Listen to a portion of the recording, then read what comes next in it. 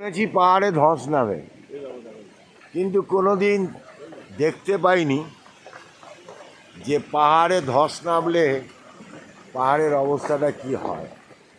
এই রাস্তাটা এভাবে ঘুরে উপর থেকে বিন্দুর দিকে চলে গেছে, কিন্তু রাস্তাটা ধস নেমে পুরো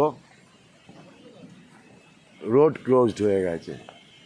সুতরাং আর যাওয়ার কোনো রাস্তা নেই, কোনো জায়গা নেই। পেপারে দেখতাম, টিভিতে দেখতাম যে রাস্তায় ধস নেমেছে। এই রাস্তাটা দিয়েই আমরা কিন্তু বিন্দুতে যেতাম, কিন্তু বর্ষাকালে খুবই রিস্ক। রাস্তাটা পুরো বন্ধ, ওই উপর থেকে খসে খসে পড়ছে। জেসিবি দিয়ে রাস্তা ক্লিয়ার করছে, মানে এই যে রোডটা গেছে দেখুন, এই রোডটা এভাবে গিয়ে ওখানটায় মিশত।